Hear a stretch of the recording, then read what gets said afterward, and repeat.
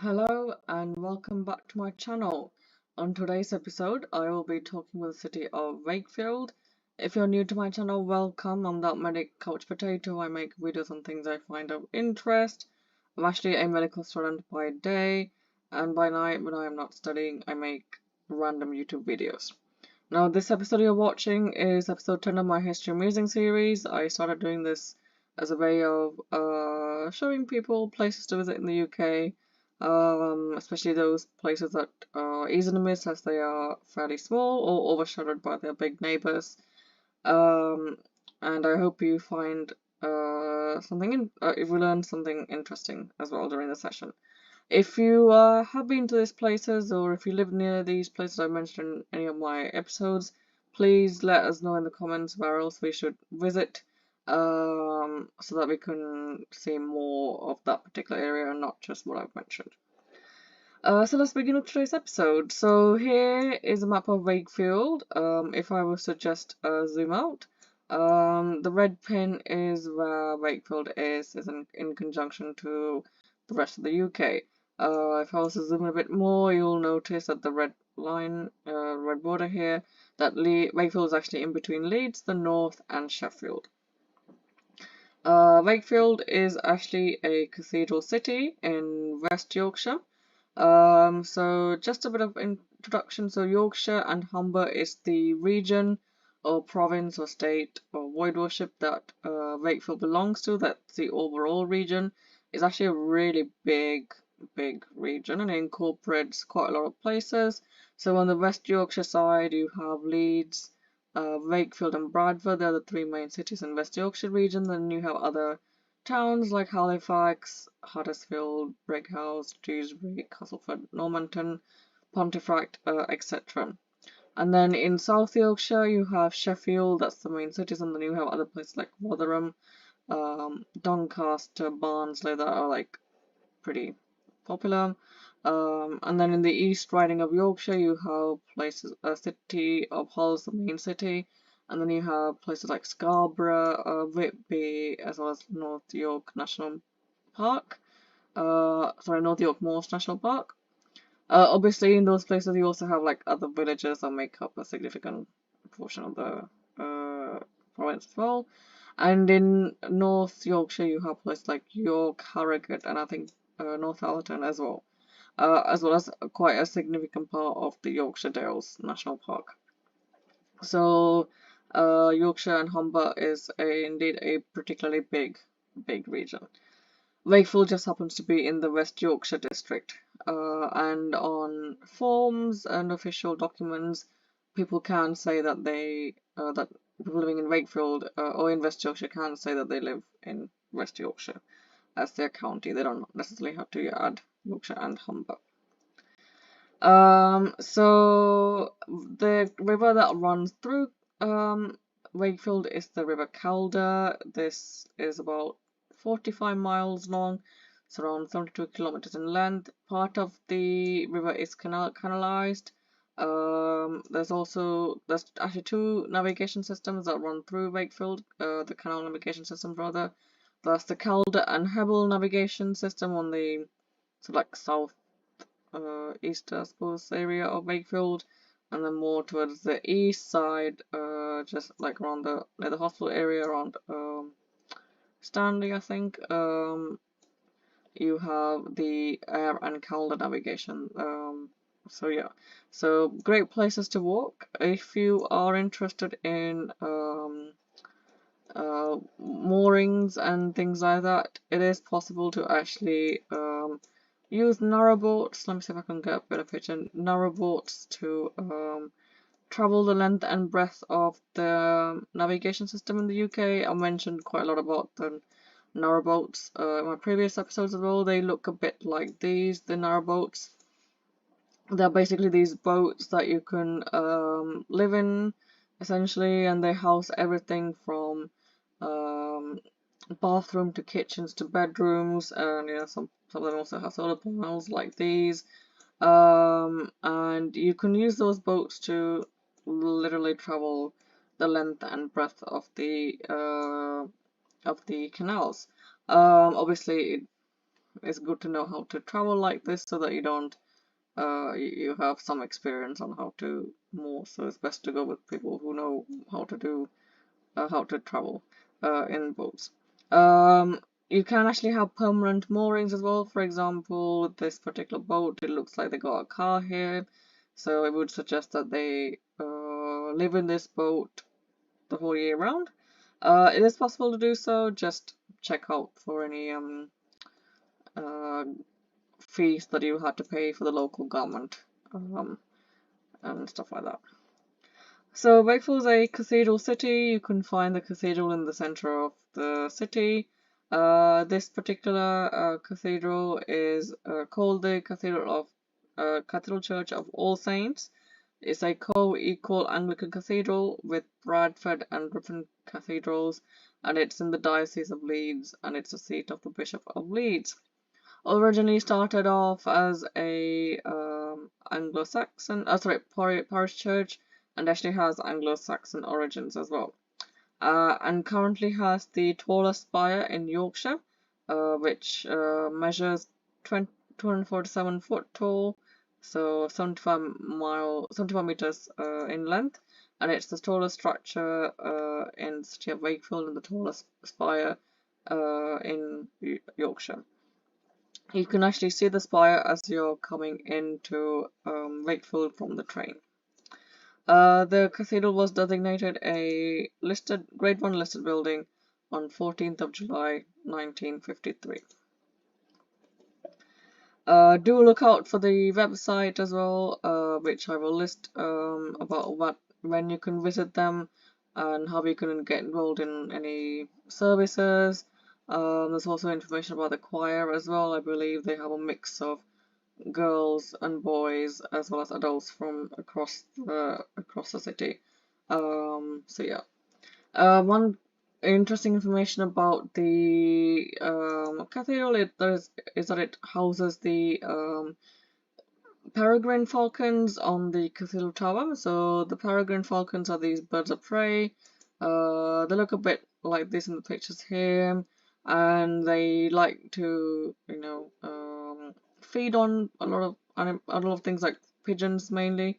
And this particular peregrine, I believe all the peregrines that have a nest in the UK, they all have their own website and Twitter feed that shows you all the live images from the peregrine box, nest box. So this particular one in Wakefield, it has I think 2 cameras, and you can follow the Twitter feed as well as their website feed about information on what the falcons are up to. So usually when it's time to lay the eggs and for hatching purposes, you can follow the journey throughout as well. It's pretty cool. There's obviously more of these webcams and peregrine falcons across the UK, but the ones in Wakefield can be found in Wakefield Cathedral and has been there since 2015. So pretty cool. So that's just a bit about the cathedral. The city has a county hall and a town hall. So just a bit of information about the town hall, which can be found on Wood Street. Let's see if I can show you a picture of what the street view of what the red looks like. So it looks a bit like this. Let's see if I can go back a bit. So Wakefield Town Hall used to be the administrative headquarters of Wakefield Council, but however it's now a venue for weddings and for civil partnership, but it's no longer the administrative headquarters. The town hall is a Grade 1 listed building, and I believe it was actually completed in 1880. And you can actually it also has a tower that you can see here. This particular tower is 59 meters in height, so around 194 foot tall, and has a six stages clock tower, and it's located in the north corner of the building as well. So inside the the town hall rather. You can find this courtroom, for example, that's no longer obviously in use. And there are also venues obviously for marriage as well as like the I think the mayor's room and some offices as well, I believe. So yeah, so this is what the town hall looks like from parts of the inside. The county hall is the one that houses the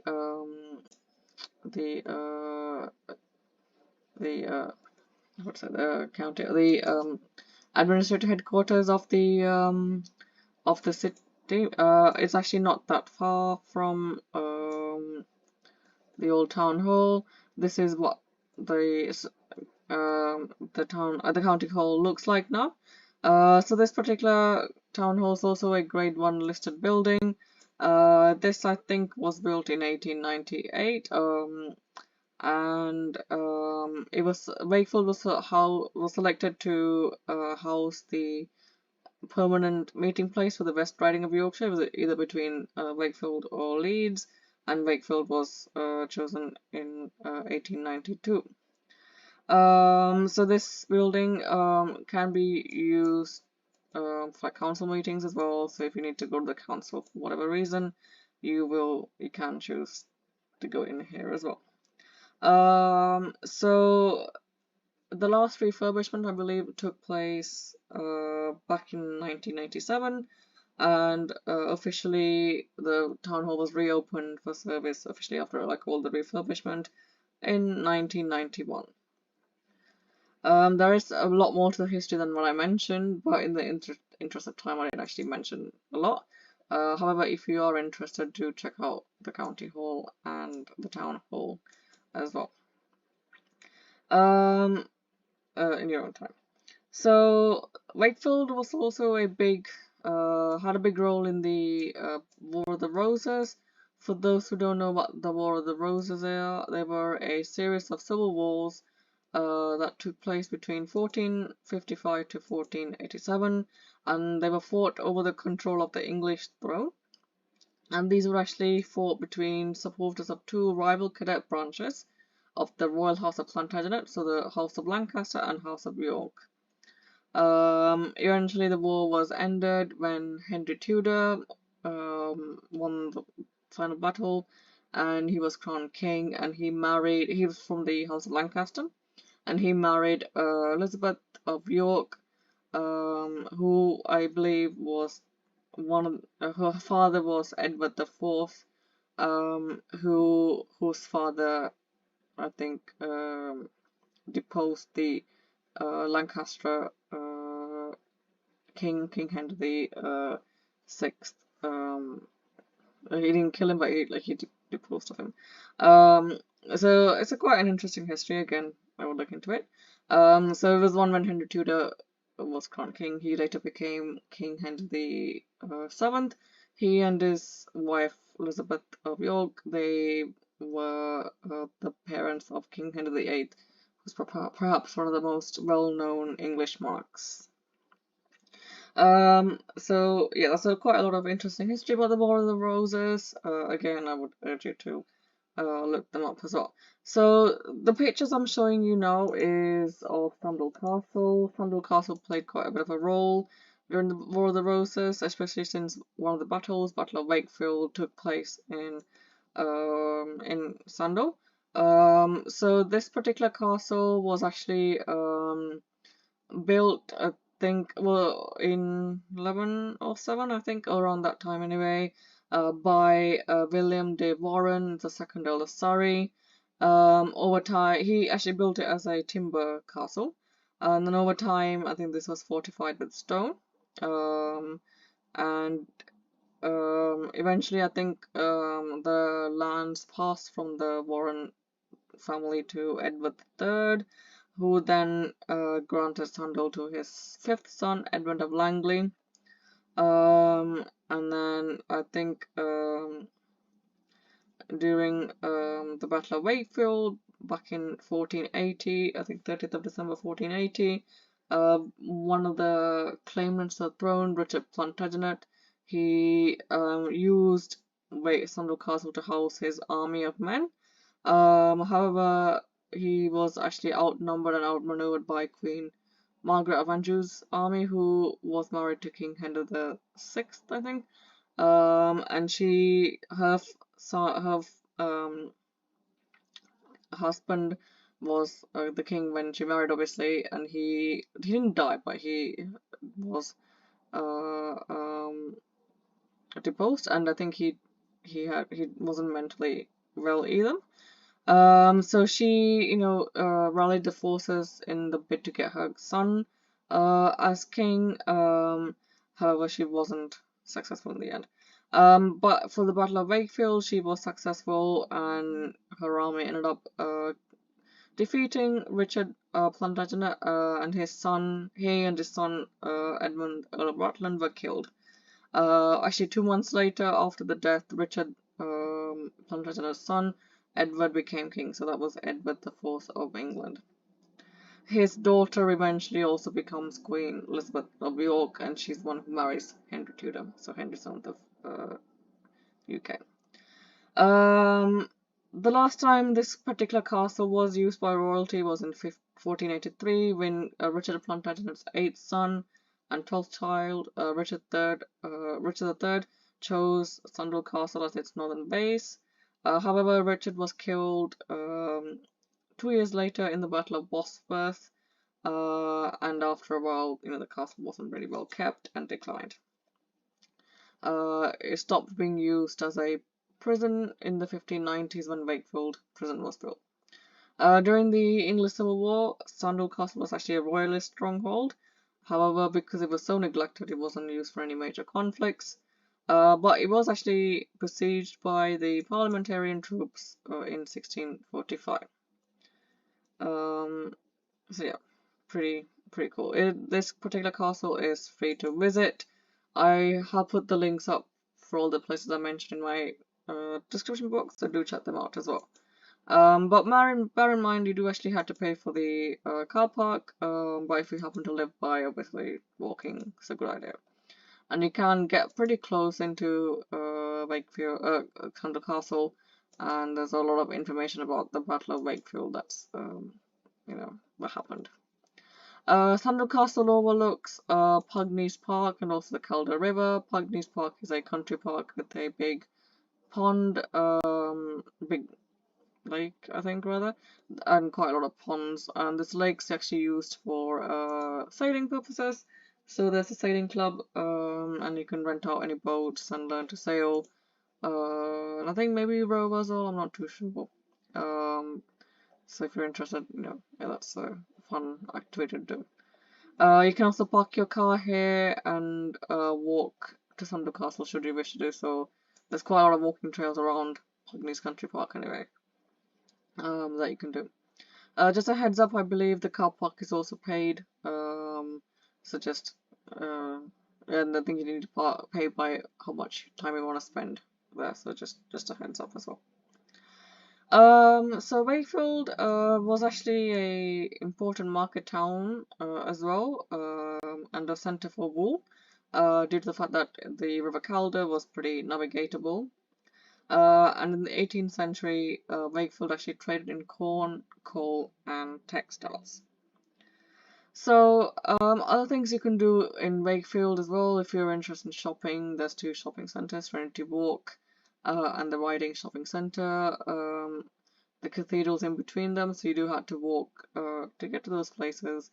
But they have a lot of your usual shops like Primark and Jewelers and M&S, as well as like H&M, the Works, etc. If you wanted more of the bigger shops, people do tend to go into Leeds to shop because Wakefield is actually around 30 minutes or so drive from Leeds city centre. You just need to get the M1 or the I think the M62 as well to get into Leeds. So pretty well established. So yeah, so you can take the drive, or you can also take the train as well to Leeds, direct trains, and I believe it's around 15 minutes or so journey.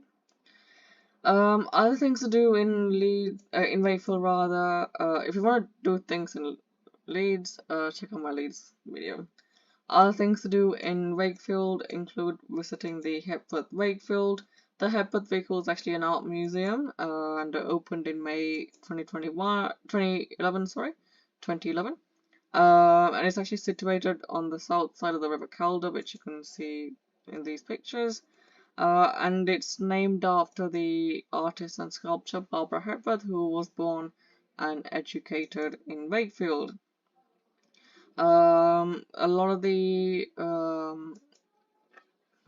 permanent exhibitions that are in here are actually works of Barbara Hepworth, and it is actually also free to visit, and it's really nice. They also have temporary exhibitions as well, so do check out those exhibitions when you're visiting. Car park is available close by, and you do have to pay for that as well, but it's pretty it's available. There's also a chapel which is really close to Wakefield Hepworth Gallery, and this is called the Chantry Chapel of St. Mary of Wakefield. This is what it looks like from the outside. This particular church was built in the mid 14th century, and a cool information about this, it's actually one of the 3 surviving bridge chapels in England. And it's actually a scheduled ancient monument and a Grade 1 listed building. You can go inside during the times it's open, obviously, and you can go down to the crypts as well. This is what it looks like from the top and from the side. So it's actually a very small chapel. So parts of the church was actually rebuilt in 1847 to 1848, and the chantry is now under the authority of the Dean and Chapter of Wakefield Cathedral. So there are actually specific open days, and you can arrange group visits as well. Let me just show you what the church looks like from the route. So if I was to, the specific road is quite small. So this is the Hepworth Gallery in the distance on the right here, and the Chantry Chapel is just here. It's actually not on the main road, but yeah, I think due to the fact that the church is pretty old, I think the road's kind of a bit away on this side. And it actually overlooks the River Calder as well here, so a nice quiet, well, maybe not so quiet, but a nice peaceful place to visit as well. Another thing about the Hepworth Gallery as well, there's quite a lot of sculptures outside as well, the gallery, so do check them out. There's also the Hepworth Garden now that's been opened, I think some point last year, in 2022 I think, and it's an outdoor garden that you can go and sit as well and enjoy some of the views. There's also a lot of renovations happening opposite the gallery, and I believe new art installations are due to be appearing there. So yeah, so exciting times. Other things to see in Wakefield is also the Yorkshire Sculpture Park, which is actually kind of outskirts of Wakefield. It's actually in the West Breton village, which is near Wakefield. This is a big open air and actually indoor gallery, and they has works by British and international artists such as Barbara Hepworth and Henry Moore. Henry Moore was also local to Wakefield. He was from a town called Castleford. The sculpture park actually occupies around 500 acres, so 200 hectare parkland of Breton Hall. This particular park, sculpture park, opened in 1977 and was the UK's first sculpture park, based on temporary open air exhibitions. So these are actually based on temporary open air exhibitions that were organized in London parks from the 1940s to the 1970s. And there's a lot of galleries that you can visit, obviously dotted around the park. I'll leave the link out for the website as well that you can see, and they'll tell you information about the current exhibitions that has been um, that are currently there um, in the park. Um, this picture is of a tree, and I believe it's also by a Chinese artist. Name escapes me. And I believe he created this piece. And this building just next to it actually is a church, and it's the St. Bartholomew's Chapel. It was built in 1744, and it's been restored as a gallery space as well. So if you're in the sculpture park, make sure you go inside the church as well.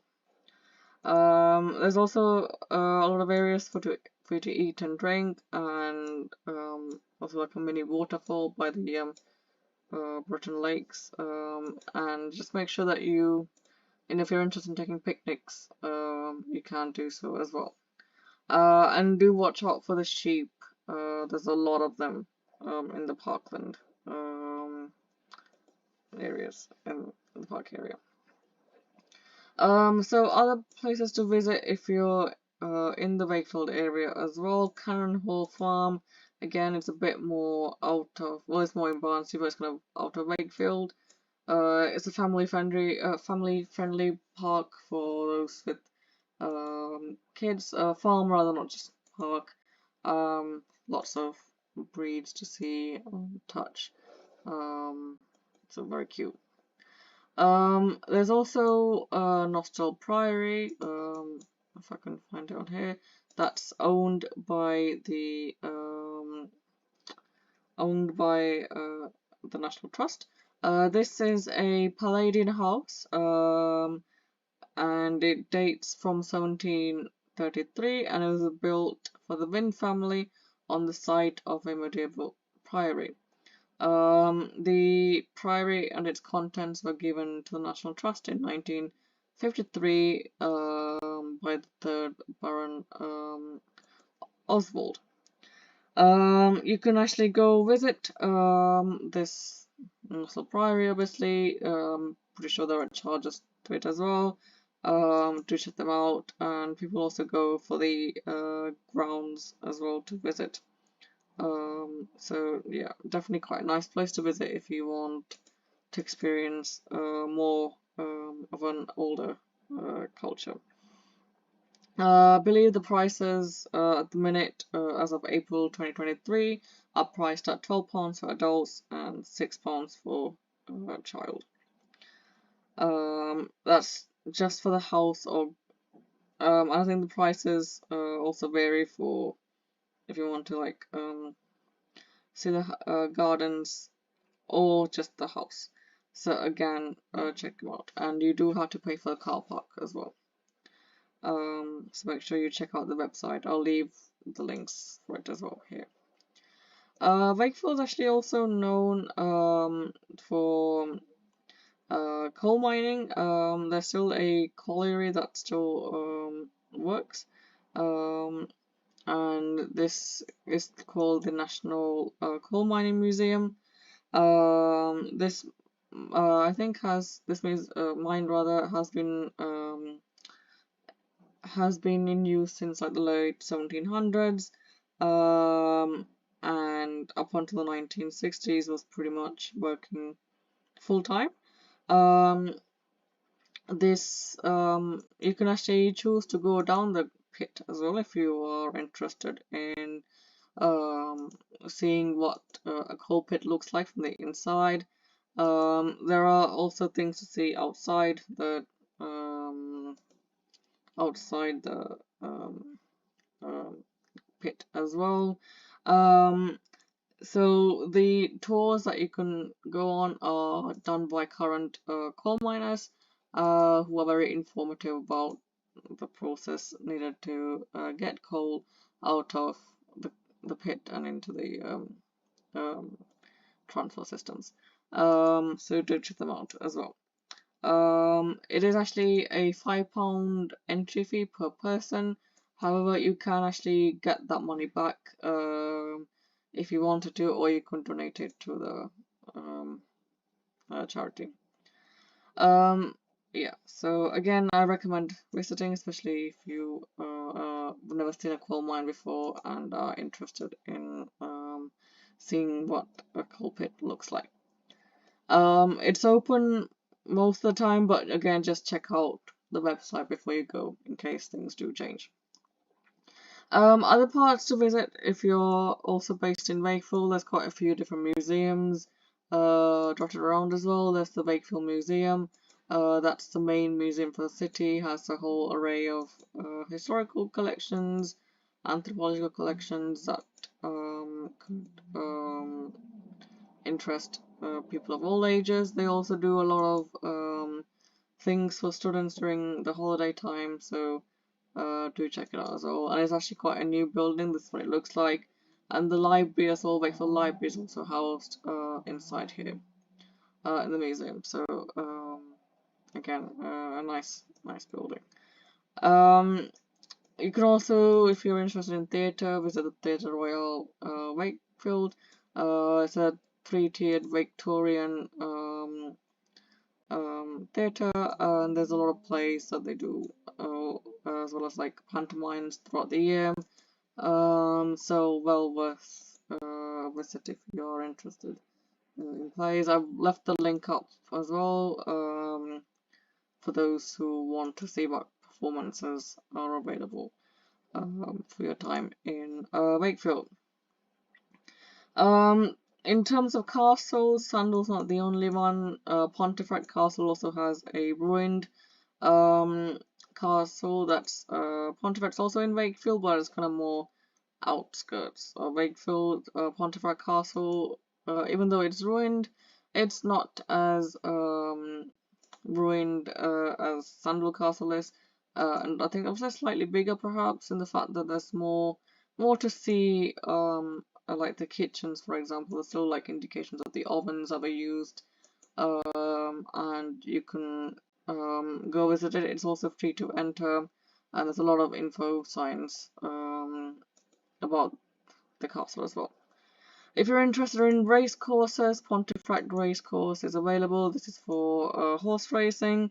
People also go to walk here if whenever the horse races are not open.